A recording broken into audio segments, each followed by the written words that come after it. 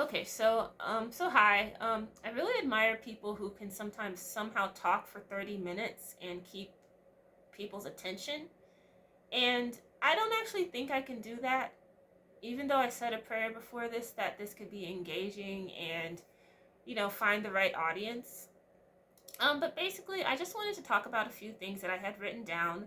I actually, if I had a second, wanted to just share a memory I had from 9 years old and 10 years old, since I'm currently working on expressive writing exercises to be able to kind of find the voice within my story from age 0 and pre-birth until now.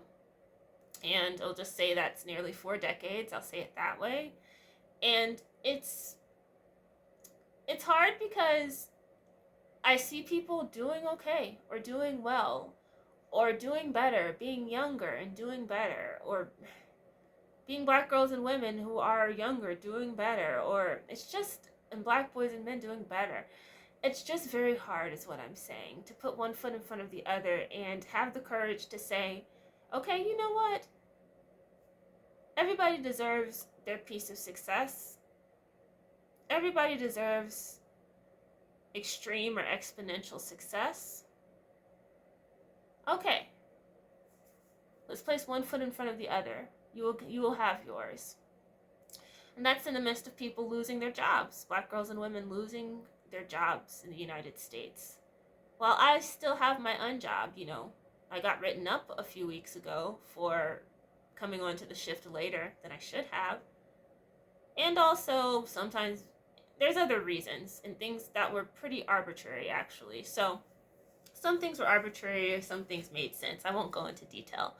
But as of now, I still have my job and kind of made the adequate changes. So, I have to actually be thankful that I have my job, my unjob, in the midst of people losing their jobs. Okay? I can pay for this $640 room. God willing, we'll continue to be able to.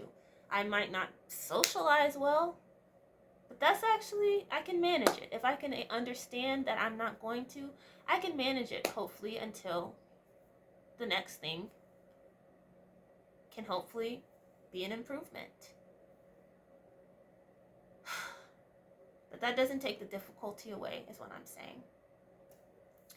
So, anyway, I had a performance today. I just really couldn't get on my damn point shoe for the end of this role called Merlotons, which it is a part in the Nutcracker. When I did the Urban Nutcracker when I was 23, this part is called Coca-Cola. But in this is called Merlotons, and it's the part that goes like dun dun dun dun dun dun dun dun dun. Yeah. So we had on a very pretty tutus. But yeah. So I'm still kind of mourning over that, and I haven't been dancing full force until recent weeks. And I'm only starting to get back on my foot from it being injured. And how did it get injured? Because I walked by a trash bag in my room that had glass in it. How did glass get in it? I was doing a project, so these things on the walls, which are personal exercises for being able to make this into a sanctuary and be able to exist in a space despite other energies, that this can be the starting point. And I stepped on one on the floor because the floor is my workspace. Threw away the glass, didn't actually cut myself, but the glass some weeks later cut me, and I should have thrown away the bag instead of leaving it on in my room. And it actually turned into a sprain, but what I actually think happened is that I am coming into the gravitational pull of my generational line that does not want a ninja girl such as me to envision myself in the highest forms of dance, to envision myself in the highest forms of modeling or translation and interpretation or piano or medicine, law, science, my Act 2 goals that it's just forming. It's me being aware, just like an Annabelle doll, that there's forces around me, around us, around our immediate line that's functioned as a scapegoat. My mother is a scapegoat, and my father, by way of his identity, is also a form of kind of like having a bastard existence. So we're the descendants of this, which means we take all of that on. You may be the descendant of that and take all of that on. And that's me just speaking very broadly.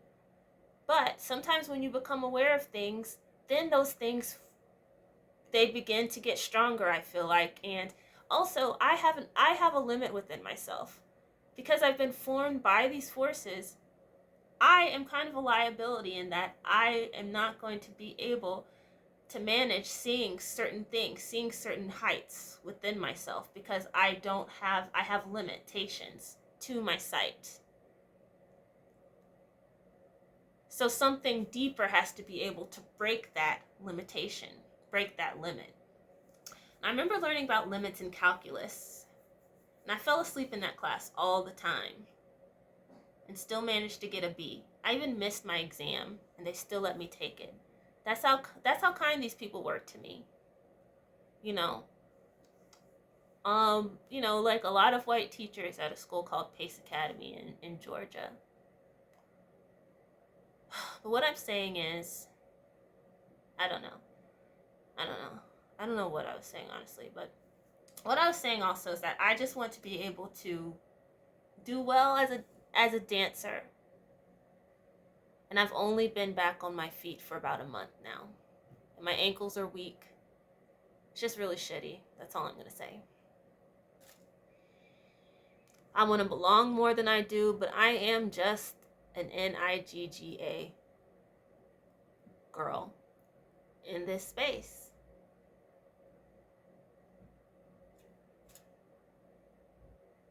An African one. In theory, nominally African American. But for somebody like me, I feel like, let's figure out what to do with this term, because it's kind of a term that's muddying up a lot of things, for all of the different origins that can exist within this term nowadays. So, we got to figure this out, I feel. But number 2, voice within this voice. So when girls are kidnapped again at a school in Nigeria, or people are murdered, how do I have a voice within a family system that doesn't really talk about it immediately, an immediate family system? Or people I may be related to that don't really talk, that I don't know if they talk about it or not. So I'm figuring this out because I don't know how to talk about or articulate like the last time. There's so much. So I'm just figuring it out because there's a lot more I need to blog about before I think it can start to form in words. First, I have to put it in words for writing first, and then I think it starts to come out vocally. So that's a voice. And then the next voice is talking about like the second to last or last survivor of the Tulsa Race Massacre.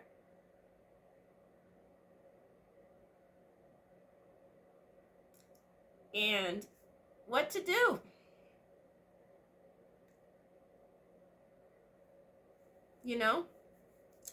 How do you talk about this?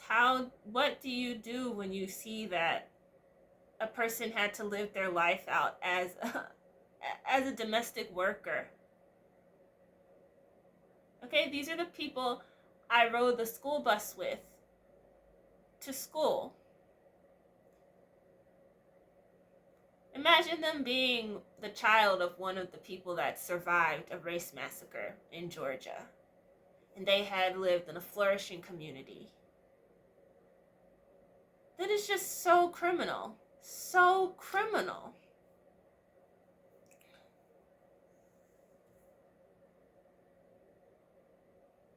It's like it makes me want to cry.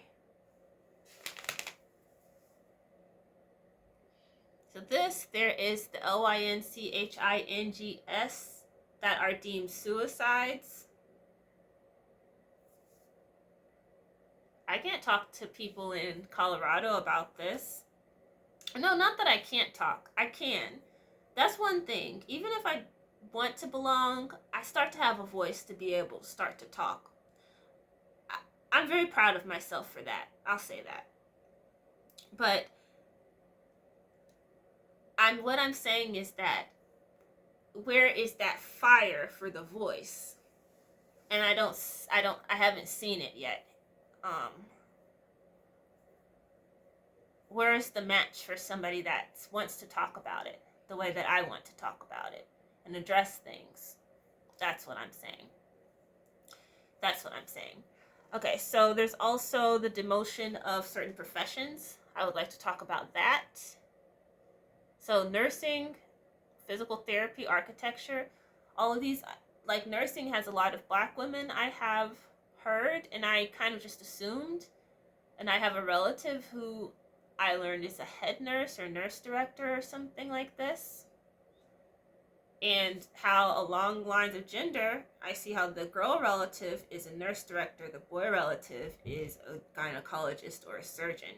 So you see how gender and patriarchy and misogyny, now that I realize, is part of the spell that I start to acknowledge, part of why I am injured, I feel, this understanding of this lineage that I come from. I see now, I'm just saying that it's along lines of gender, and, God willing, this can be broken. Not through my own accord, I do not have any power for that, but through a bigger sources, ex nihilo, creation from nothing is actually the name of the concept I have learned. But basically, yeah, a lot of black women are nurses. And that's a profession that's seen respectably and provides social mobility for people. So I want to have a voice for this. So these are ideas of blogging to, after this whole part of self-healing, God willing, with health intact, things like this I can talk about and address so many different topics. Okay, so let me just quickly share a memory. So this is from when I was 9 and 10, and I actually have it right here. I do a lot of blogging on Medium, and because of I'm a person that has African heritage as well, and I've shared before I have both African and African American heritage, but I'm kind of removed from it in that I don't have connection really to people I'm related to, so it's really kind of like, that's an example, I think, of how we could be a scapegoat line, because it's almost like we're just like the trash receptacle for what has happened lineage wise. And I could give examples as to how, but I'm kind of tired. All right, so with this, I basically wrote about a memory from when I was 9 or 10, and I'm actually on age 11 right now. But for this one, I talked about age 9 at a school in Lithonia, Georgia, called Stoneview Elementary. And I really loved that experience. My teacher's name, I won't give their name, but basically this teacher was cool. I really enjoyed this teacher because she really took to me, and she was, country and white and southern and kind of young and had a short haircut. And I remember how country she was, and how she called my name. She was just really sweet to me. I really, really love this teacher still to this day. And I remember we had an abuse on essay through Spider-Man comic book. I will never forget it, because that actually was in preparation for my traumatic experience with this. Trigger warning after the fact. I apologize. I remember how nice the kids were to me. I remember this was the era of Bone Thugs and Harmony. Drew Hill. And then at Marbet, that was like the era of Monica and Brandy and Usher. And Escape was actually like 2nd, 3rd, 4th, 5th grade, and TLC around then. And so part of the memory, though, of this is understanding, so if I'm looking at all of these African American artists, where are the Nigerian artists that is also there that complements this other part of my heritage? And actually wasn't there. So this is a question that I start to ask, and being able to remember this. The second step of these memories is to do expressive blogging that includes that aspect. And I'm going to do the language part and possibly write in another language and practicing language, because that's a skill. I mean, that's a part of this Act 1 that I have as a goal. So that's basically it. I did Memory of Age 9, then 10 at Marbut Elementary, and maybe another video could actually be the memory itself, so I'll end there. That can be an introduction to a memories to share. And all right, so that's it. All right, I talked about 15 minutes and 57 seconds. So, all right, have a good night. Let me go ahead and get to what I didn't get to yet. And all right, I'll go ahead and post this and then say good night. All right.